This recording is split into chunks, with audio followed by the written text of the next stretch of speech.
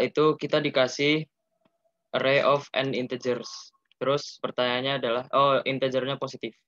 Ya, ya. Array of n integer yang positif. Terus kita suruh milih bilangan-bilangan ini supaya sum-nya itu semaksimum mungkin dan sum-nya itu genap. Ya, ya. Sum-nya itu genap. Ini solusinya pakai observasi aja ya. Pertama, observasi kalau bilangannya itu positif semua. Jadi pasti lebih bagus kalau kita tuh ambilnya sebanyak mungkin gitu lah.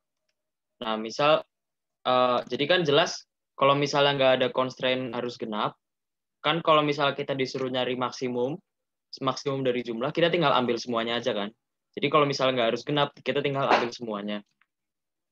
Nah, tapi masalahnya itu harus genap. Jadi misalnya kita udah ambil semuanya, misalnya udah dapat, misalnya pakai yang mana ya? Pakai ini deh. Jangan, ini jelek. 5 gini. Kita ambil semuanya, ntar kan 15. Tapi ini nggak genap. Kita pengen ini biar jadi genap. Nanti bisa dilihat kalau supaya genap terbesar, kita harus hapus ganjil terkecil gitu. Ada satu bilangan ganjil terkecil yang dihapus. Jadi misalnya satu ini, jadi ntar jadi 14. Udah jawabannya gitu. Jadi jawabannya itu adalah sum dari semua. Kalau sum-nya genap, jawabannya itu. Kalau sum-nya ganjil, kurangin bilangan ganjil terkecil. Sama semua ya yang AC ya? Iya nggak? Iya, sama. Cara nyimpan bilangan ganjil terkecil tahu ya? Udah tahu semua ya.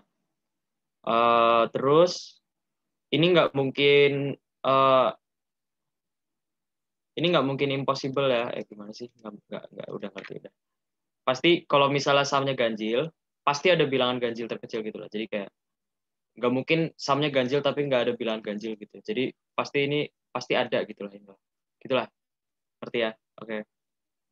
Lanjut B ya. B itu ada pertanyaan nggak soal A? Soal A ada pertanyaan nggak? Nggak ada ya. Oke.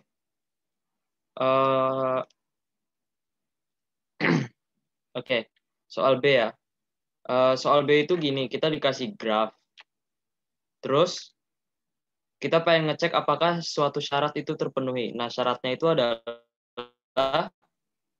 ini.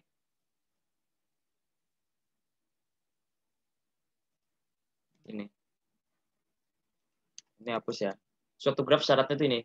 Jika X, misalnya ini tuh artinya berteman ya. Maksudnya kayak ada edge. Pokoknya kayak jika ada edge dari X. Betul? Pokoknya untuk setiap triple XYZ, untuk setiap triple XYZ, jika ada edge dari X ke Y dan Y ke Z, maka harus ada edge X ke Z. Itu maksudnya gimana? Itu kayak, jadi kayak ada graf. Untuk setiap tiga, contoh graf yang nggak memenuhi itu yang gini ya. Ini nggak memenuhi. Kayak gini nggak memenuhi ya. Soalnya misalnya kita pilih triple ini. 1, 2, 3. Ya kan? Ada edge dari 1 ke 2. Ada edge dari 2 ke 3. Tapi nggak ada edge dari 1 ke 3. Gitu. Jadi ini nggak memenuhi. Contoh yang memenuhi itu yang kayak gini misalnya. Ini memenuhi. Ini ya. Untuk setiap triple 3, misalnya kita pilih triple ini. 1, 2, 3. Ini kan nggak ada edge kan. Dari 1 ke 2 berarti udah bebas. Tuh. Misalnya kita pilih triple ini. 1, 2, 3. Ada edge dari 1 ke merah ya. Ada edge dari 1 ke 2, ada edge dari 1 ke 3, ada 2 ke 3, maka ada 1 ke 3 juga gitu. Itulah intinya triple Syaratnya tuh gitu. Jika dua-duanya ini ada, maka yang satunya ini juga harus ada. Kayak gitulah intinya. Maksud soalnya tuh gitu. Nah, ini observasinya itu kayak gini. Misal, gimana ya? Aku dapat solusinya gimana ya? Aku itu kayak mikir, kayak kalau suatu graph, suatu connected komponen, kayak gini, itu, misalnya aku bikin komponen gini ya, itu cuma bisa memenuhi syarat kalau itu merupakan complete graph. Kayak gini. Kayak gini. Complete graph itu adalah, aku kasih ini ya, apa sih namanya? Hipotesis, bukan. Lema. Apa sih? Yang kayak claim gitu. Claim. Suatu connected komponen hanya akan memenuhi syarat jika dia adalah complete graph. Complete graph itu apa? Complete graph itu adalah graph dengan n node, dengan graph yang untuk setiap pasang node pasti ada edge. Oke, contoh gini, ini contoh complete graph yang node-nya ada 5 ya, karena untuk setiap pasang, kita pilih pasang 2 pasang node manapun, pasti ada edge. Node manapun, pasti ada edge. Gitu. Nah, kenapa complete graph ini satu-satunya cara yang memenuhi? Kita kasih, gimana ya proof-nya ya? Pertama kita ini dulu. Pertama kita lihat ini dulu. Lihat kalau complete graph itu pasti memenuhi. Ini bisa dilihat ya, suatu complete graph itu pasti memenuhi karena semuanya ada edge gitu kan. Jadinya kan pasti kalau kita cek pakai yang cek 3 node, setiap 3 node yang ada apakah ada segitiga gitu. Bukan apakah ada segitiga. Untuk setiap 3 node pasti ada edge semua gitulah di antara mereka bertiga gitu. Jadi itu pasti memenuhi.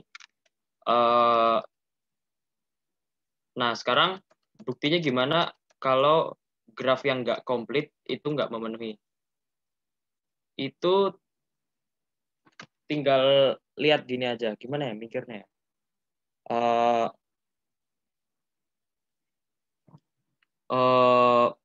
Pasti, bentar, aku bingung ya. Buktinya gimana ya?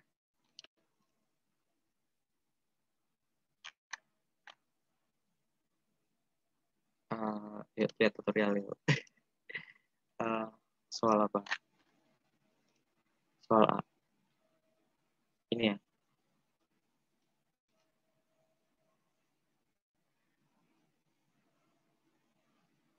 Oh, dia nggak ngasih proof.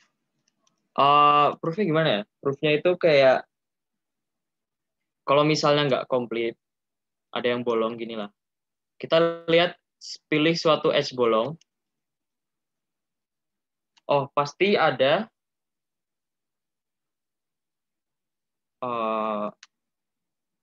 gimana ya? Kok aku bingung. Intinya gitulah ya. aku nggak bisa buktiinnya.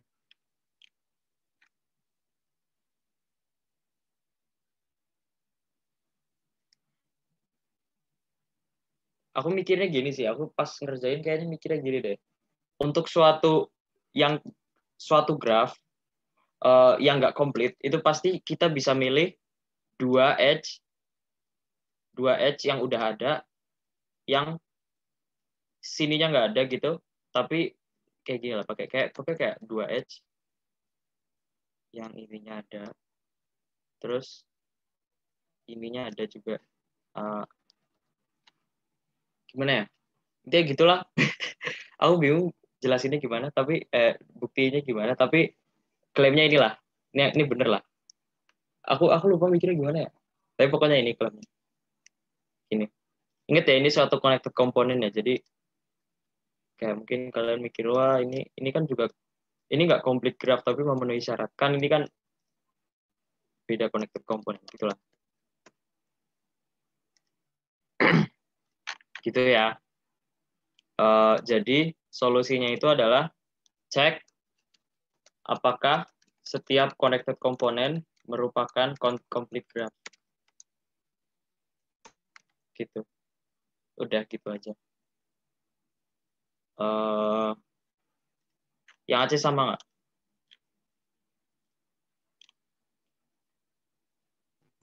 Sama. Sama. Gitu-gitu ya.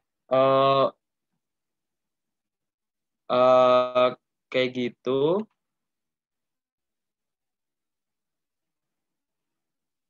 Oh, aku tahu cara buktinya. Buktinya gini. Misal kita misalnya punya suatu connected komponen.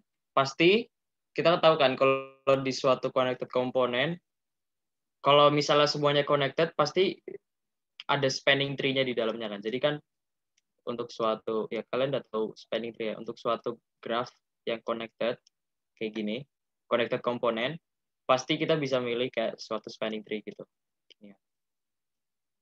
Gini ya. Nah, misalnya ini contoh spanning tree-nya gitu. Nah, berarti kan pasti di dalamnya ada suatu spanning tree gitu. Nah, dari spanning tree ini, misal kita pengen membuat graph yang memenuhi syarat ini dari suatu spanning tree gitu. Nanti kan untuk setiap dua edge yang sebelahan gini, maksudnya dua edge sebelahan tuh yang itu ya, yang ada edge terus ada edge gini yang sebelahan, kita bikin edge baru biar memenuhi syarat gitu kan. Soalnya kan kalau ini ada edge, tapi ini nggak ada, kan pasti itu gagal kan, nggak boleh, itu nggak memenuhi syarat kan. Jadinya kita tambahin edge biar memenuhi syarat. Kita lakuin kayak gitu terus, gitu dari suatu spanning tree.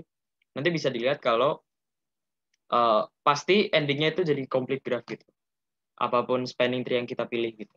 Jadinya nggak ada cara lain buat memenuhi syarat selain complete graph dari suatu connected component gitu. Kayaknya gitu bisa sih dijadiin bukti. Tapi bagian yang kenapa ini bisa jadi complete graph, itu ya bisa dipikir-pikir sendiri juga sih. Ngawur ya, nggak boleh gitu ya. Nggak apa-apa lah. Intinya gitu. Di editorial juga nggak dikasih tahu. Ya udah. Nah, sekarang yang bagian ini, yang bagian cek apakah setiap connected komponen itu complete graph, itu ada banyak cara ya. Ada yang caranya literal dicobain gitu. Literal dicobain kayak setiap connected komponen di DFS-in gitu. Terus ngecek apakah setiap ininya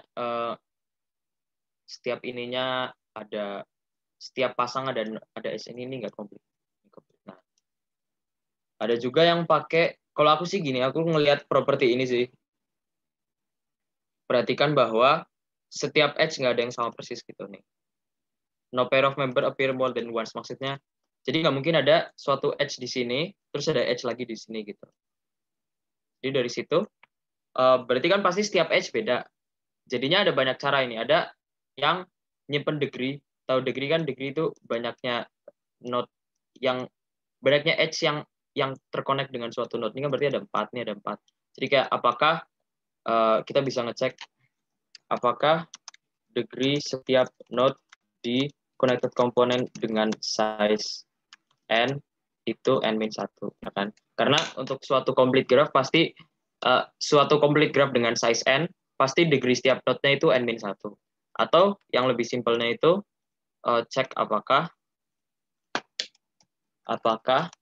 untuk connected component dengan size n ada n kali n-1 edges. Karena suatu complete graph itu pasti yang banyaknya edges gini, dan sebuah graph yang banyaknya edges gini itu adalah complete graph kayak gitu. Ada banyak cara sih, tapi intinya gitu aja sih. Ya, jadi bisa pakai DFS. Kalau aku sih pakai DSU ya, soalnya aku dari dulu suka DSU soalnya codingnya pendek. Aku DSU nggak sih? Iya, DSU. DSU-nya gimana tahu nggak? Udah tahu lah ya, udah tahu, bisa dipikir-pikir sendiri ya. Kalian masih ingat yang banyaknya yang nyimpen? Dulu kan aku pernah ngajarin kalian DSU yang nyimpen banyaknya apa tuh, nyimpen size setiap connected component kan. size itu maksudnya banyaknya vertex kan.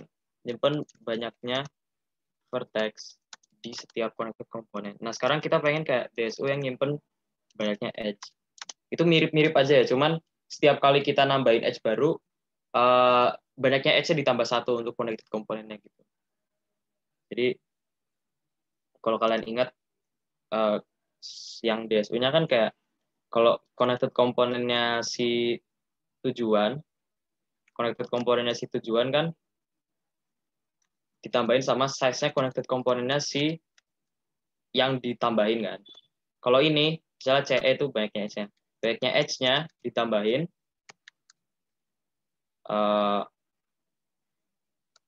tapi habis itu juga ditambah 1 gitu. Karena ada edge baru gitu.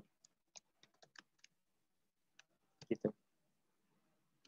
Ya aslinya nanti kalau kalian ngoding yang kayak gini-ginian gitu, nanti paling juga bisa kepikiran sendiri ininya. Ya jadi kalau misalnya soalnya diganti gitu, misalnya soalnya apa tuh, setiap edge baru kita kayak nambahin edge baru gitu, terus untuk setiap edge baru kita pengen ngecek apakah memenuhi syarat apa enggak gitu, untuk setiap penambahan edge baru gitu, itu bisa pakai DSO kayak gitulah ya. Ya kalian yang nggak jelas nih nggak penting sih. DSO kan sering keluar yang gitu aja sih. Ada pertanyaan nggak?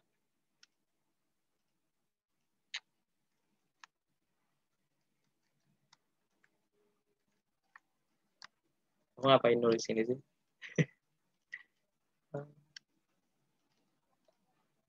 Oke. Close ya.